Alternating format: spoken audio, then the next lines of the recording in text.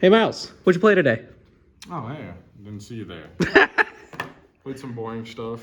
You know how it goes. Got second today playing subpar Eldlich.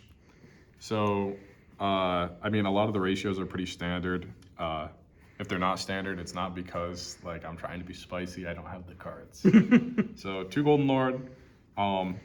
Whenever you get DD crowed, you always wish you had the 3rd, but then you hate seeing 2 in your hand. So I mean, you can only really run 2.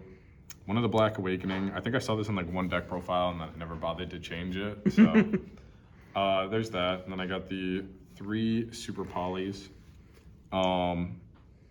You play this because it's a degenerate card and like we're gonna play it until it gets banned. You ran Guru in the extra deck? Yeah, I run a few Super Poly targets in the extra deck. 3 Scarlet, 3 Conch. I mean, these are all standard lineups, and then 2 Hawk. So, I mean, that's like just the most standard boring Eldlich lineup. Then you run the removal cards. You run 3 Punishment because this card is like low-key broken. I mean, it's like a balanced card in theory, but I mean, like it's just really powerful in a deck that doesn't really use the extra deck that much. And then 3 Torrential because like this card is kind of a blowout. This is like the only thing that saves me from dying a lot of the time. If you're playing against the opponent's deck, you know what they're playing, you just wait till they get to like their last summon of the turn. Then you flip Torrential. This works against like, I don't know, tier, Math Mech. a lot of different decks. Yeah, Math Mech, a lot of different decks. It's just, well actually it doesn't work against Math Mech because they'll put up the Linger Rebo, but just like any deck that you know that isn't going to put up a negate, you wait till their last summon and flip this. It's like a trap card in Imperial. But yeah, I mean, I think that the card's a little bit underrated. Then you run 3 Strike, because the card's really good too. I mean, it's a counter trap. Counter traps are inherently good. So one thing you'll actually notice about my profile though is I run the 3 Strike. I don't own Judgment. And all my friends that I normally borrow Judgment from are playing Judgment. So we've been playing Judgmentless Eldlich. Should order some Judgment, man. Yeah, I probably should have, but it's fine. I was only playing this until I got a different deck in the mail. So anyways, having the no Judgment really does suck. You really hate it every single time that you lose to a Feather Duster or a Lightning Storm or something like that. But you know, we made it this far. Then we get to my favorite part of the deck, everyone's favorite. 3 of every Floodgate to ever be printed. So 3 Gozen, 3 Rivalry, 3 Tikaboo. We'll probably run 3 of the other one when they finally print the one that's Tikaboo, but for attributes, once they like get around to doing that. So then we'll have 12 like attribute open like type 3 of them. Yeah. Tikaboo is the only one that slightly conflicts with the deck and slightly sucks. Because like sometimes you have Tikaboo up and then you can't use your Golden Lord and your trap cards like Hawk or Conch. But I mean, honestly, like it's really not that bad. Maining 3 anti-spell because I don't know. I built this deck and I was like, I need something to fill out, and anti-spell is always good and it always catches people off guard. So yeah, a lot of people don't expect you to be maining this, and it's pretty good against like almost every deck in the meta right now. 3 Skill Drain. I mean, you have to play it. I mean, it's just win games for free. And then these last 2 cards, so I had to fill 2 cards. I don't own Judgment, and so I was trying to figure out like what to fill. And so I went with 2 Summon Limit. So Summon Limit, again, one people don't really expect, especially like game 1. So it's actually like pretty good. I've thought about like putting in a 3rd Summon Limit and siding like the 3rd anti-spell, but I again was lazy. Like I didn't really want to play this deck, so yeah, it was just there. I never really changed it. Here's the extra deck. Bunch of random crap, like 7 things you'll actually summon. Yeah, I know. It's like there's really nothing that you ever really use in the extra deck that you actually summon. But so we got 2 Natis. Really sad about the supers getting reprinted and losing all their value. We're gonna get the ultras. Sucks, but it's whatever. Then you run the 1 Skull Knight because like this actually does come up a lot where you'll have the punishment and your opponent will only have like 1 card, especially if you have a floodgate, they'll only have 1 monster. So then you send this to grave so that you can actually have some value off of the punishment on like your next turn or have some sort of follow-up or threat that your opponent has to deal with. Then we have the super poly targets. So Mad Golden Lord, you super poly using your own monsters to summon this.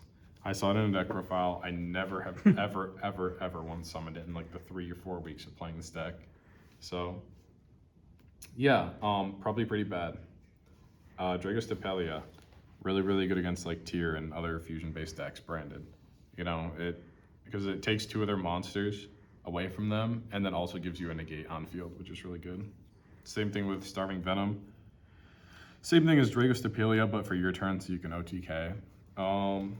Then 3 Mud Dragon of the Swamp. I'm running 3 of this because I'm running Extrav in the side, which you'll see in a second. And then 2 Garura. I would run 3, but it's expensive. I had to borrow them anyways, so. I think one of those is my Garura. Yeah, it actually is. So, anyways, you would run 3 Garura and 2 Mud Dragon, but it's the other way around because I had to give back one of my Garuras. Then your Lynx, you run 1 Lynx Spider for the vanillas. Then you run 1 Lina because everything is light that are monsters. You run 1 Vampire Sucker. I made this like maybe 1 time ever. It's literally just so that you can give your opponent back a monster and then draw a card as literally just card advantage. And then Underworld, Goddess of the Closed World. Never ever have made this ever in my entire time of owning the card. But I mean, it's there in case you play against Agnister, I guess. Side deck real quick. So I ran 3 Pot of Extravagance. Why side deck and not main deck? So it's like a really interesting theory that this one guy brought up in like a deck profile that I saw online. He said like, so you play Extravagance going second because like Ash isn't like really that great against this deck. Like the only thing you can ever Ash is like Sanguine and or I guess like the Black Awakening that I happen to be running. But like it's a really like most of the time people side out Ash against this deck. So then you side this in going second because they won't have Ash anymore, and a lot of the time people aren't going to waste an Omni Negate on like an Extravagance. So it just helps you get card advantage. Interesting. Okay. Yeah. Then 3 Cosmic Cyclone to deal with like, you know, back row. The other Eldlich decks. Yeah, exactly. You use this for that kind of stuff, or you know, for the decks that set their one-off card like, you know, Blackout or something to that effect. 3 Dimensional Barrier. Not as good as it used to be. Still a really good card though. I mean, you side out like, you know, Fragrance if you're going into the mirror match, or if you're playing against a deck that doesn't really run spells. Whatever you need to side out, it's not good for that specific matchup. Usually you can fill it with D Barrier. 3 Lava Golem. Again, like ran it because I built the list back when like it was still like 50% Sprite, 50% tier, and it was like pre-ban list, pre-run and Totem, you know. Yeah, I mean, it's good at clearing boards, I guess. And then my last 3 cards are 1-ofs. I got the 1 Feather Duster to go with the Cosmic Cyclone, the 3rd Summon Limit, and then the 3rd Hawk. And Did you need any of the Hawk or the Summon Limit today? yeah, you should actually side in the Summon Limit and the Hawk pretty often. You side these in more than you side in like any of the back row removal and like Lava Golems. And then you usually just take out stuff like, if you're going second, you take out Anti-Spell. Usually take out Summon Limit if you're going second, and then put in the Extravs and this like Lava Golems. I mean, overall, like the deck performed okay today. I lost to the guy behind the camera because MathMech is broken and a really dumb deck for people. But yeah, I mean, like the deck performed pretty great. Some of the stuff is like really stupid in combination. Like in the last game, like I felt really bad about this, but there was an instance where my opponent set up their entire board. It was 3 monsters. I gave them Lava Golem, taking away 2 of their monsters that were the biggest threats. And they were left with 1 monster that had a quick effect that only activated on my turn. So I had 6 cards in hand going second, 5 trap cards plus Lava Golem. I gave them the Lava Golem, clearing their 2 monsters that were the biggest threats. Set my 5 trap cards, passed.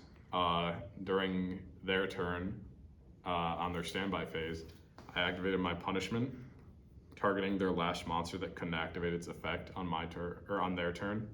Destroyed that, sent Natis, targeting their only back row that they had, they chained their back row targeting one of my other 5 set cards.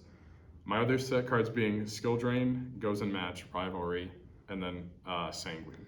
And they happen to target the Sanguine with their... The only one that hurts to target. Yep, they happen to target their Sanguine with their Cosmic. So I chained the Sanguine, summoned the Eldlich from deck. The chain resolved, so this went to grave. Their Cyclone fizzled, and then this went to grave. And then in a new chain, so after that resolves, they're left with nothing but the Lava Golem face up on the field, and I have Golden Lord, and then 3 other traps set to back it up if they had anything.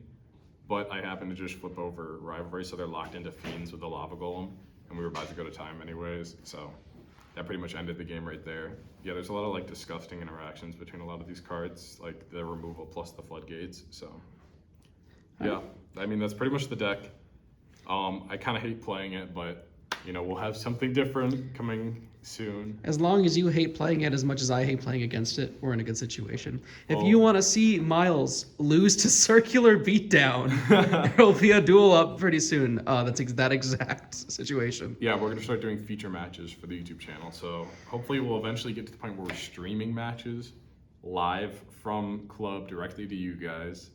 We'll be doing that on our Twitch and our YouTube probably once we get that all worked out. But as of right now, we're just gonna be like recording feature matches and uploading them. We'll record every Table 1 match and upload it to YouTube. So you guys have something to see. Like you guys can watch how like games actually go down at club and what happens. But yeah, I mean, that's pretty much all I've got for right now. All right. Any shout outs? Shout out to the Yu-Gi-Oh! Club. Shout out to Evolution Games and West Lansing. Like the greatest of all time locals. Go support them. They're the only reason that this club is able to exist. They give us like all of our product for, you know, affordable enough that we can run the club. So be sure to check them out if you're ever in, you know, mid-Michigan area. Shout out to Grant. Shout out to Kyle. Shout out to Late Night Mickey D's after the club. And yeah, I guess that's pretty much it. Awesome. Thank you, Miles. Yep.